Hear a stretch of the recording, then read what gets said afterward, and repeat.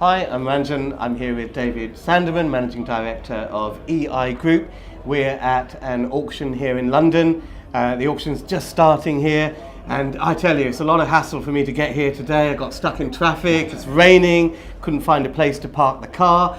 Finally got here all wet and everything like that, but you know, this might be a thing of the past, is it? Well, it's certainly moving that way. It's slowly gathering momentum. If you think auctions have been around since the dawn of time, really, and up until just 20 years ago, if you weren't at the auction physically, you weren't at the auction. But now we broadcast a lot of the auctions live over the internet with a very small latency, maybe half a second, so you can hear and feel the room. And if you want, you can bid back over the internet. Although telephone bidding or being here is better. And what that's done for the industry is a lot of people wouldn't take the time off work to go to an auction, but they'll watch a bid on the internet. And I always say to auctioneers, today's watcher could be tomorrow's attendee and the next auction's buyer or seller. And so it's really opened the market out. That's one side of the auction process. The other side, which is really gathering pace, and I think where the huge growth is going to come in the industry, is with online auctions. Room auctions will stay as long as people want them, and the market will determine that. But we're seeing a big increase in conditional sales, where instead of on the fall of the gavel, the electronic gavel, there is an exchange of contracts, you're buying an option. And I think next year we're going to see 7, 8, 9,000 lots going under that. At any one time, we host a lot of auction online sites for various auctioneers and companies. We've got over 100 properties on our site at the moment. Now, are you saying online auctions for properties? You're not talking about a specific date and time for a sale that takes place. It's more like eBay, where eBay people style. just... Yes. And the lots are either offered on an individual basis, or there might be a run of 20, 30 lots, and we're going to be seeing a lot more of those next year. Oh, wow. And there's great advantages. It's a completely level playing field. There's no need for a catalogue, there's no need for a venue, the costs are much more effective, and it means also the vendor can choose the day he wants to sell, as opposed to being restricted to the dates that everybody holds their auctions. So because people are bidding all the way through that bidding window, does that mean it'll be susceptible to the sort of thing that happens on eBay, where everyone just bids in the last 5 seconds? No, not at all. What generally happens is we open the bidding, the auctioneer will open the bidding a day before. But the way we've got around that is our software is quite clever. If there's a bid in, say, the last minute, it extends it for a minute, and then if there's a bid, it goes to another, and we wait for a period of 60 seconds bidding silence, and then the lot is knocked down. So sniping does not do anything. It's a bit like the auctioneer going first, second, third, and final time. Is there any other bids? And the clock counts down. You can see the timer going down to 0, and that's made a huge difference. So for the bidder, they really need to be around a computer at the time that bid is closing. Ideally, yes, but that could be on your phone, could be on your device, or you could put a proxy bid into the system. And this is really important. If you put a proxy bid in, your maximum bid, nobody in the world, we've buried it so deep in the code that the auctioneer doesn't even know that you've made a proxy bid, let alone the level. So you're bidding safe that you are the only person who knows that you've bid that amount. Now, what about the trust issue of this? Because I mean, I've actually bought a property from an online auction, like you say, back in 2013, and I was bidding on the computer and I couldn't see what was going on. And the only thing that I had is that I knew the street I was buying in inside out, and I knew what I was willing to pay for it. But so I got around the trust issues like that. But with regular auctions, what I really enjoy is like the sale is happening today. I'm a telephone bidder, and I'm watching it online on video, and I'm seeing what's happening in the room. So I'm getting the mood of the room, and I've got my telephone bid. That gives me more trust in the whole process than just sitting at a computer and not seeing anything that's going on behind the scenes. Okay, I get that. I think when you're bidding, you've got to row your own boat. You know what it's worth to you. If a bidding is below reserve, the auctioneer is authorised to bid up to but not including reserve. After that, there'll only be genuine bids. Nobody's forcing you to bid, and of course you see the bids come in. Typically, a lot might close at 12 o'clock. I was involved in one the other day. Before 12 o'clock, there'd been about 18 bids, and then in that minute from 11:59 to 12 o'clock, there were about another 13 bids, and then after that, for the next 20 minutes, there was 40 bids. And it was frenetic. People going, it's as quick as that. We could deal with a bid in, turn a bid around in milliseconds. And having bid at a few online auctions, personally, with a view to buying, I found them really exciting. Okay. So, okay, we've got online auctions, and I know you guys provide a lot of the infrastructure Yeah. that the auction houses use, so they don't have to develop their own.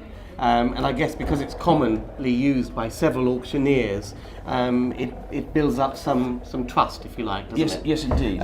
So what's coming? What are you introducing for? I know you've got some exciting infrastructure that you're putting in place For the last 12, 13 years, we've been hosting legal documents, and we do that for about 60% of all the lots going to auction. We've had over 500,000 people access the system, so a lot of auction goers are familiar with it. Rules came in June from HMRC that the auctioneers have to know the identity of the people bidding because they might end up buying it. They put a bit of leeway in there at the moment. So we've extended our service, so not only when you register for a passport are you giving your name and phone number, but you're also given the opportunity to upload a copy of your passport for ID, utility bill for your proof of address. And so when you come to the auction room, they'll pull your records up, they'll see your picture, the picture and the documents on the screen, you show them the originals, they press a button, it's all audited for the auctioneer. It saves you coming along, them having to scan it and take photocopies and all that stuff, which is time consuming and laborious. And of course, once you've uploaded it once, if you go to a different auction tomorrow, the same documents will be valid. Documents, yeah. Okay, because it's a platform for It's the a whole platform, industry. yes, and most bidders have got a passport already. So we are entering into a phase now where all bidders are going to have to be pre-registered. Yep. There's no deciding on the day, as No. it were. And the other thing is, not only prove your ID, but the auctioneers will probably do an online verification check. You know, when you apply for a credit card online, they come back and say, yes, you are who you are and you have lived there because you put in time at your address and maybe a credit card or passport number and your date of birth. And that's all validated online. That takes 2 or 3 seconds to do. The whole thing's going to be done electronically to save time on both sides. Yes, because that can be a nightmare. Now, anecdotally, when I go to auctions, I seem to see ever more people, when the auctioneer is taking bids, there seem to be an ever more number of people bidding who aren't actually physically in the room. Is that more than my anecdotal observation? Yeah, I think a lot of things come to play, and that people think, is it really worth my while driving down? I bid at a few room auctions.